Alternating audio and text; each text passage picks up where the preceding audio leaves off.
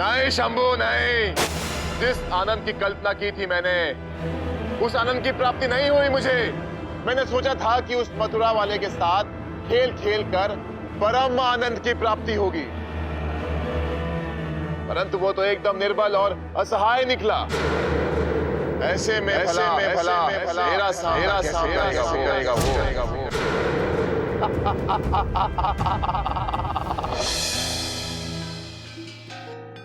इस समय यदि मैंने कुछ भी किया तो नाना श्री के प्राण संकट में पड़ जाएंगे। इस समय धैर्य और विवेक से काम लेना होगा, प्रतीक्षा करनी होगी। क्यों ग्वाले, क्या सोच रहा है?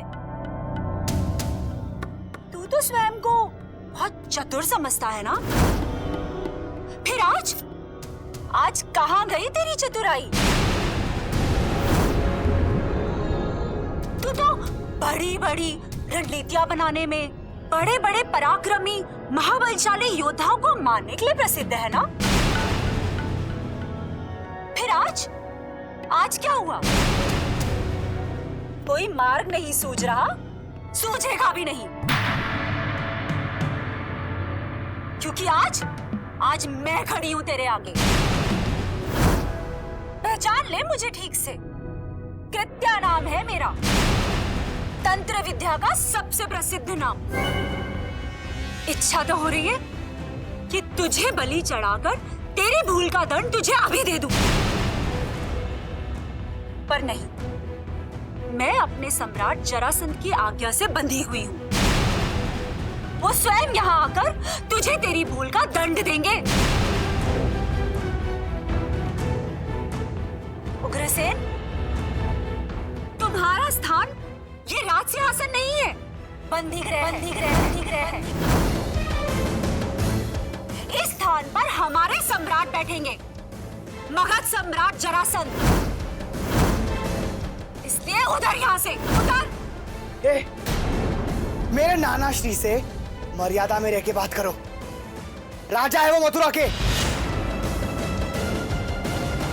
ये वृद्ध उग्रसेन ना तो राजा था, ना है और ना भविष्य में कभी होगा।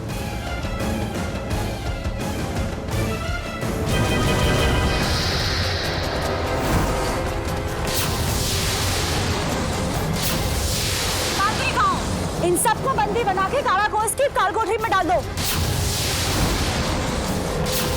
बिना अन्न और जल के रखो, तब तक जब तक हमारे सम्राट जरासंध इनके भविष्य और भाग्य का निर्णय ना सुना दे। जाओ, ले जाओ इन सबको। धन्य है कृत्या, धन्य है तेरा पराक्रम, तेरा साहस और तेरा कौशल। युगों युगों तक इस संसार में तेरी स्वामी भक्ति को याद रखा जाएगा। अब मैं मथुरा वासियों को दिखाऊंगा जरासंध का कोप। एक भी यदुवंशी अब जीवित नहीं बचेगा। उस कृष्ण, उस ग्वाले के साथ साथ सारे यदुवंशियों का वध कर दूंगा मैं, एक एक यदुवंशी का। सुन लो मथुरा वासियों, तुम लोगों का दंड सुनिश्चित कर लिया है मैंने। सावधान, अगर मेरे लल्ला को किसी ने हाथ भी लगाया है तो मैं मां हूं उसकी। कह देती हूँ चेत जाओ, अन्यथा एक मां के श्राप से भस्म हो जाओगे तुम सब लोग। देवकी, तू तो बड़ी हठी है। ढीठ, तुझे तेरी भूल का दंड अवश्य मिलेगा। तांत्रिकाओं, इस ढीठ स्त्री के दुस्साहस का दंड इस वृद्ध उग्रसेन को दिया जाए।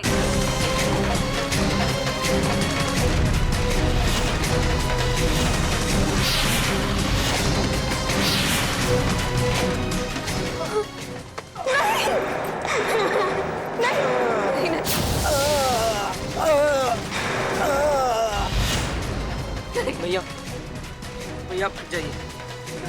नहीं तो ये नाना श्री के प्राण ले लेंगे।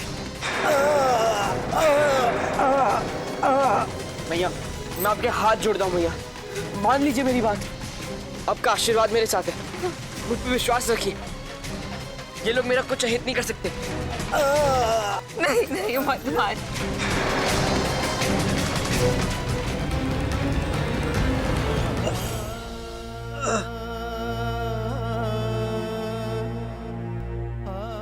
अब ठीक तो है। नहीं तांत्रिकों, ये ग्वाला कोई साधारण नहीं है, मायावी है। इसलिए इसे सामान्य विधि से नहीं, तांत्रिक विधि से बांधना होगा।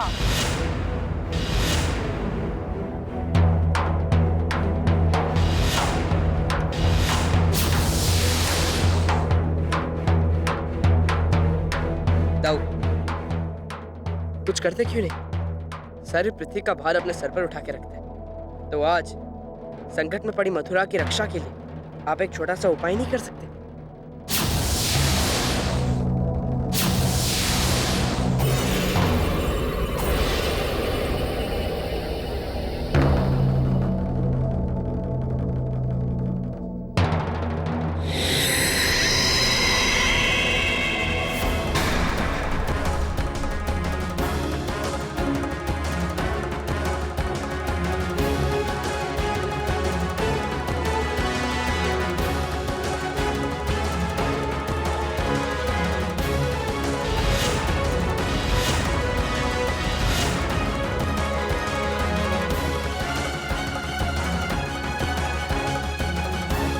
उठो कृत्या।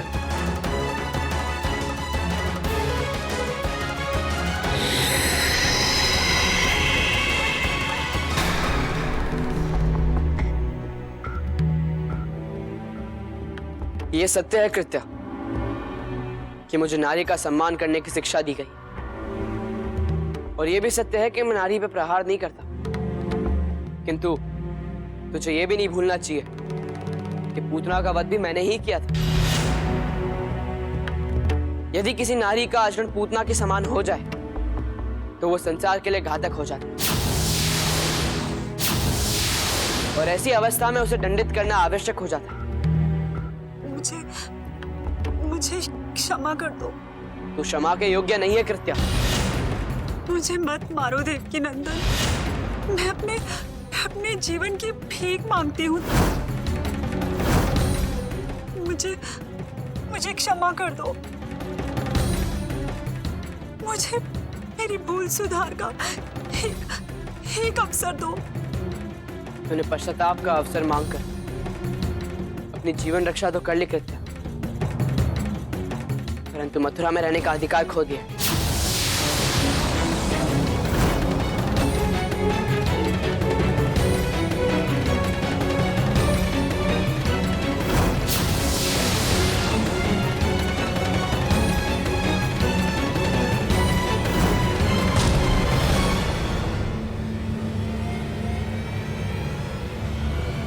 ठहरिए नानाश्री।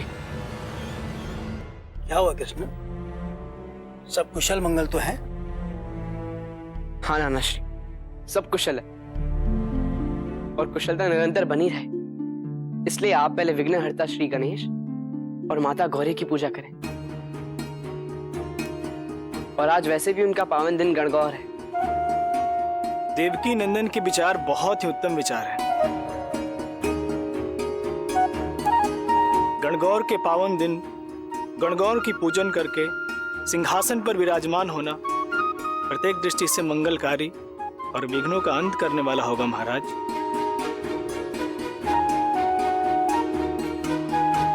अक्रूर, गणगौर पूजन की तैयारी कीजिए। सेनापति! महाराज जरासंध की जय हो। मथुरा हमारे अधिकार में आ चुकी है सेनापति। कृत्या ने कुछ ऐसा कौशल दिखाया कि वो मायावी ग्वाला धूल चाटने लगा। और कृत्या, तू यहां कैसे आ गई?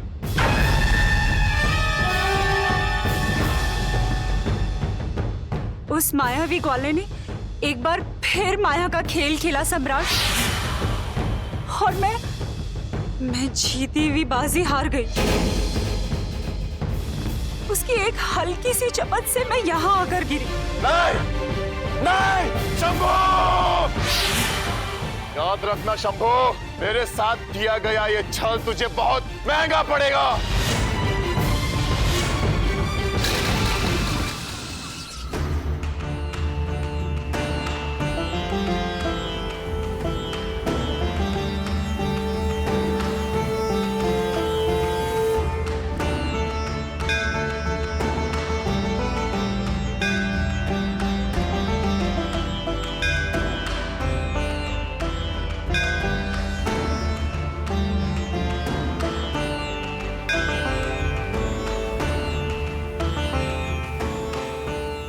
रुकिए आचार्य,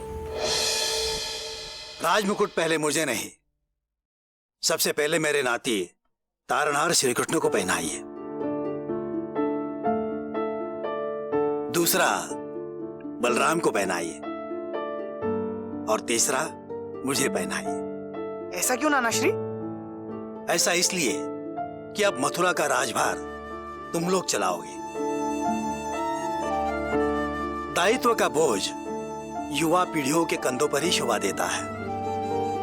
राजभार चलाने के लिए केवल अनुभव पर्याप्त नहीं होता, उत्साह, उमंग और साहस की भी आवश्यकता होती है। आपका आदेश शिरोधार्य है नाना श्री। हम आपकी सहायता के लिए हमेशा तत्पर रहेंगे, किंतु राजा नहीं बनेंगे। हम यादवों के राजा आप ही रहेंगे, क्योंकि महाराज ययाति का श्राप है हम यादवों। जैसे मेरे तारणहार की इच्छा। महाराज उग्रसेन की जय। महाराज उग्रसेन की जय। महाराज उग्रसेन की जय।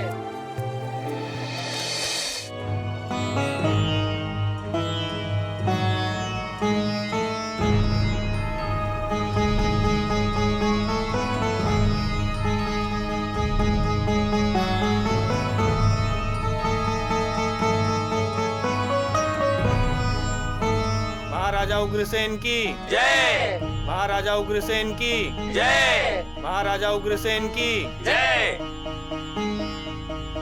प्रणिपात महाराज। महाराज, अब मथुरा के संपूर्ण कार्य संपन्न हो चुके हैं और मथुरा सुरक्षित भी हो गया है। हाँ गोपराजनंद, परमात्मा की बड़ी कृपा हो गई कि सारे संकट टल गए।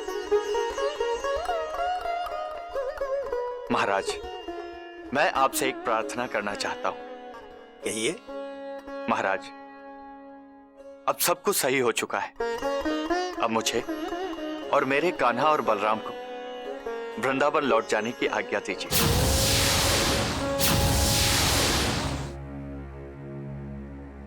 क्षमा करे गोपराजनंद, मैं तारणहार श्री कृष्ण और बलराम को यहां से जाने की आज्ञा नहीं दे सकता। नहीं महाराज, ऐसा मत कहिए। वृंदावन में मेरी यशोदा व्याकुल हो रही होगी। उसने बहुत दिनों से दोनों बालकों को नहीं देखा। वो जब तक दोनों बालकों को नहीं देखती है तब तक ना ही उसकी सांझ होती है और ना ही उसका सवेरा होता है। वो तो मेरे दोनों बालकों को देखे बिना भोजन भी ग्रहण नहीं करती है।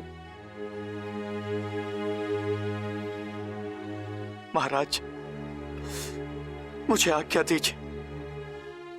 हमारे दोनों बालक हमारे साथ ही जाएंगे। मेरी विवशता है गोपराजनंद। गोपराजनंद जी, श्री कृष्ण की अभी यहाँ बहुत आवश्यकता है। मथुरा पर अभी संकट के बादल छाए हुए हैं। नहीं अक्रूर, नहीं महाराज, मैं अपने दोनों बालकों को साथ में लेकर जाऊंगा। मेरी यशोदा ये कष्ट सहन नहीं कर पाएगी। मुझे क्षमा कर दीजिए।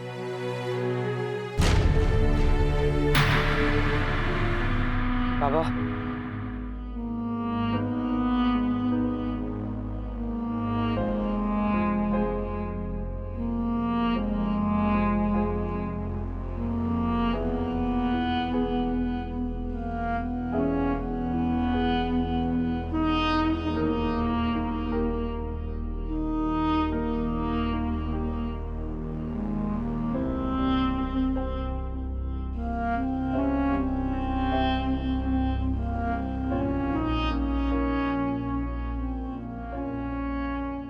पापा, मैया से कह देना कि उनके लल्ला को आप जहां से लेकर आए थे उन्हें वापस वहीं छोड़ के आ गए हो।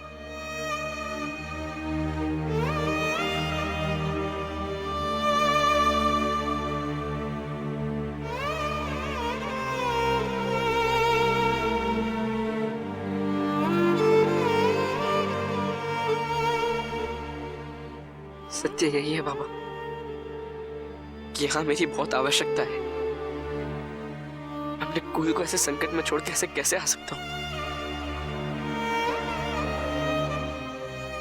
और कुल रक्षा के संस्कार तो आप ही ने मुझे दिया है ना बाबा।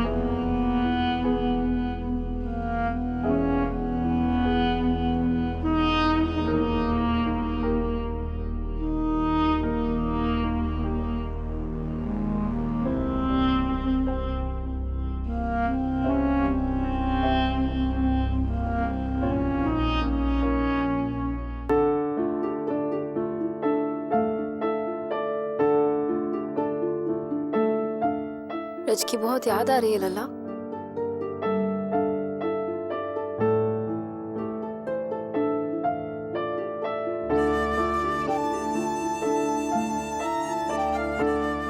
लल्ला, मैं तुम्हारी दशा समझ सकती हूँ। विवशता के कारण मुझे तुम्हें अपने आप से दूर करना पड़ा। ब्रज में तुम्हें बहुत स्नेह मिला ना? हाँ मैया, ब्रज और ब्रजवासियों से मिला हुआ स्नेह मेरे पूरे जीवन की सबसे बहुमूल्य पूंजी है। और राधा? राधा? आप उसको कैसे जानते हो? जो तुम्हें जानता है वो भला राधा को कैसे नहीं जानेगा? परंतु मुझे एक बात समझ नहीं आई। यदि तुम्हें राधा इतनी ही प्रिय थी तो यशोदा ने तुम्हारा ब्याह क्यों नहीं करवाया? मैया, ब्याह में तो दो लोगों की आवश्यकता होती है, एक पति और दूसरी पत्नी। किंतु राधा और मैं दो नहीं, एक ही है मैया। ठीक है, एक बार यहाँ सब ठीक हो जाए, उसके बाद मैं भी तुम्हारे साथ व्रत चलूं। मैया, जरासंध के जीवित रहते ये अवसर नहीं मिलेगा।